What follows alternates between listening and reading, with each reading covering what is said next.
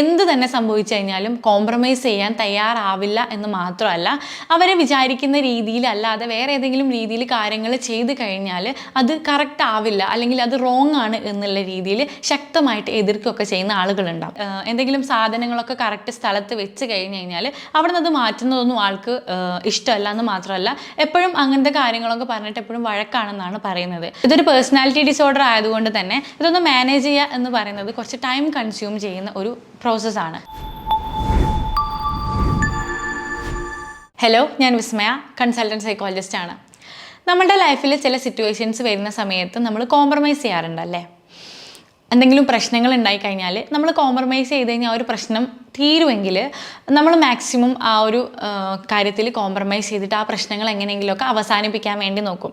എന്നാൽ ചില ആളുകളിൽ അവർ എന്ത് തന്നെ സംഭവിച്ചു കഴിഞ്ഞാലും കോംപ്രമൈസ് ചെയ്യാൻ തയ്യാറാവില്ല എന്ന് മാത്രമല്ല, അവരെ വിചാരിക്കുന്ന രീതിയിലല്ലാതെ വേറെ ഏതെങ്കിലും രീതിയിൽ കാര്യങ്ങൾ ചെയ്ത് കഴിഞ്ഞാൽ അത് കറക്റ്റ് ആവില്ല, അല്ലെങ്കിൽ അത് റോങ് ആണ് എന്നുള്ള രീതിയിൽ ശക്തമായിട്ട് എതിർക്കുകയൊക്കെ ചെയ്യുന്ന ആളുകളുണ്ടാവും. ഇതെന്ന് പറയുന്നത് ഒരു OCPD, അതായത് ഒബ്സസീവ് കമ്പൽസീവ് പേഴ്സണാലിറ്റി ഡിസോർഡറിൻ്റെ ഒരു ക്യാരക്ടറിസ്റ്റിക് ആണ്. അപ്പോൾ എന്താണ് OCPD എന്ന് നോക്കാം. ഒരു പ്രീഒക്യുപ്പൈഡ് ആയിട്ടുള്ള ഒരു പെർഫെക്ഷനിസ്റ്റ് ചിന്താഗതിയാണ് ഈ ഒരു OCPD ഉള്ള ആളുകളിൽ ഉണ്ടാവുക. പെർഫെക്ഷനിസം എന്ന് പറയുന്ന സമയത്ത് എല്ലാ കാര്യത്തിനും അവർക്ക് കൃത്യമായിട്ടുള്ള ഒരു രീതി ഉണ്ടാവും.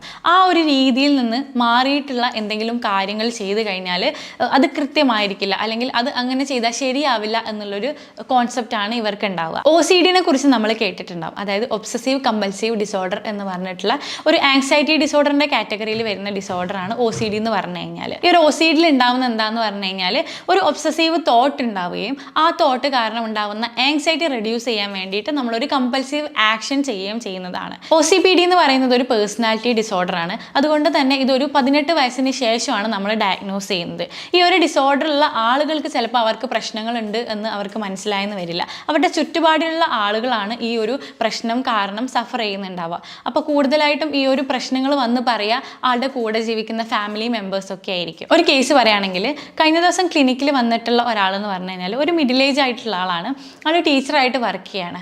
ഒരു ഫാമിലി കേസായിട്ട് വന്നതാണ്. വൈഫുമായിട്ട് എപ്പോഴും അടിയാണ്, അഡ്ജസ്റ്റ് ചെയ്യാൻ പറ്റുന്നില്ല എന്നുള്ള രീതിയിലാണ് ആളും ആളുടെ വൈഫും കൂടിയാണ് ക്ലിനിക്കിലേക്ക് വന്നിട്ടുള്ളത്. കൂടുതൽ അന്വേഷിച്ച സമയത്ത് ആളുടെ വൈഫ് എന്ന് പറഞ്ഞു കഴിഞ്ഞാൽ വളരെ ഓർഗനൈസ്ഡ് ആയിട്ടുള്ള ആളാണ്. അതായത് എന്തെങ്കിലും സാധനങ്ങളൊക്കെ കറക്റ്റ് സ്ഥലത്ത് വെച്ച് കഴിഞ്ഞ് കഴിഞ്ഞാൽ അവിടെ നിന്ന് അത് മാറ്റുന്നതൊന്നും ആൾക്ക് ഇഷ്ടമല്ല എന്ന് മാത്രമല്ല, എപ്പോഴും അങ്ങനത്തെ കാര്യങ്ങളൊക്കെ പറഞ്ഞിട്ട് എപ്പോഴും വഴക്കാണെന്നാണ് പറയുന്നത്.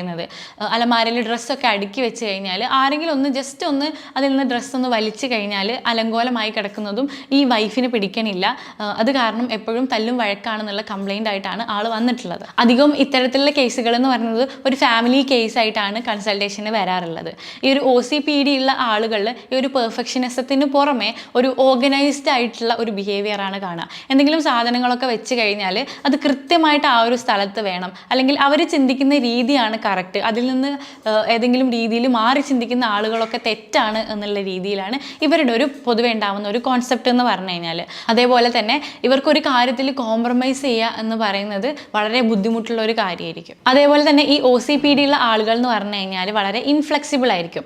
അവർക്ക് ബാക്കിയുള്ള ആളുകളായിട്ട് കാര്യങ്ങളൊക്കെ കോംപ്രമൈസ് ചെയ്ത് പോകുക എന്ന് പറയുന്നത് വളരെ ബുദ്ധിമുട്ടുള്ള കാര്യമായിരിക്കും. ഇതിൻ്റെ കൂടെ തന്നെ ഇവരെന്ന് പറഞ്ഞു കഴിഞ്ഞാൽ ഒരാളെ കണ്ടു കഴിഞ്ഞാൽ ആദ്യം അവരെ ജഡ്ജ് ചെയ്യുക എന്നുള്ളതാണ് ഇവരുടെ ഒരു ക്യാരക്ടറിസ്റ്റിക്സ്. അതായത് അവരുടെ ഫ്ലോസ്, അവരുടെ നെഗറ്റീവ്സ് ആയിരിക്കും ഇവർ നോട്ട് ചെയ്യുന്നുണ്ടാവുക, എന്നിട്ട് അവരെ ജഡ്ജ് ചെയ്യുകയായിരിക്കും ചെയ്യുക. ഇവർ വളരെ ഓർഗനൈസ്ഡ് ആയതുകൊണ്ട് തന്നെ അവരുടെ ജോബിലൊക്കെ അവർക്ക് നന്നായിട്ട് എക്സൽ ചെയ്യാൻ പറ്റും, നന്നായിട്ട് പെർഫോം ചെയ്യാൻ പറ്റുമൊക്കെ ചെയ്യുമെങ്കിലും ഒരു ഫാമിലി അല്ലെങ്കിൽ ഒരു സോഷ്യൽ ലൈഫ് നോക്കുന്ന സമയത്ത് അതൊന്ന് മെയിൻറ്റെയിൻ ചെയ്ത് പോകുക എന്ന് പറയുന്നത് ഇവർക്ക് വളരെ ബുദ്ധിമുട്ടുള്ള ഒരു കാര്യമായിരിക്കും. ഇനി OCPD വരാനുള്ള കാരണങ്ങൾ നോക്കുന്ന സമയത്ത് ഒന്നാമത്തെന്ന് പറഞ്ഞു കഴിഞ്ഞാൽ ജെനറ്റിക്സ് തന്നെയാണ്. ഫാമിലിയിൽ ആർക്കെങ്കിലും എന്തെങ്കിലും ആങ്സൈറ്റി ഡിസോർഡേഴ്സ് ഒക്കെ ഉണ്ടായിട്ടുണ്ടെങ്കിൽ ഈ ഒരു OCPD വരാനുള്ള സാധ്യത കൂടുതലാണ്. അതേപോലെ തന്നെയാണ് കുട്ടിക്കാലത്തൊക്കെ എന്തെങ്കിലും ട്രോമാസോ അബ്യൂസസോ ഒക്കെ ഉണ്ടായിട്ടുണ്ടെങ്കിലും ഈ ഒരു OCPD വരാനുള്ള സാധ്യതയുണ്ട്.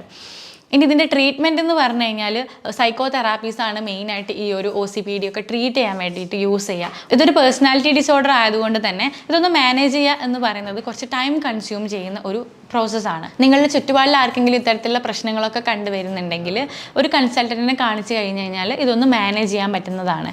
മറ്റൊരു വീഡിയോയുമായി വീണ്ടും കാണാം. താങ്ക്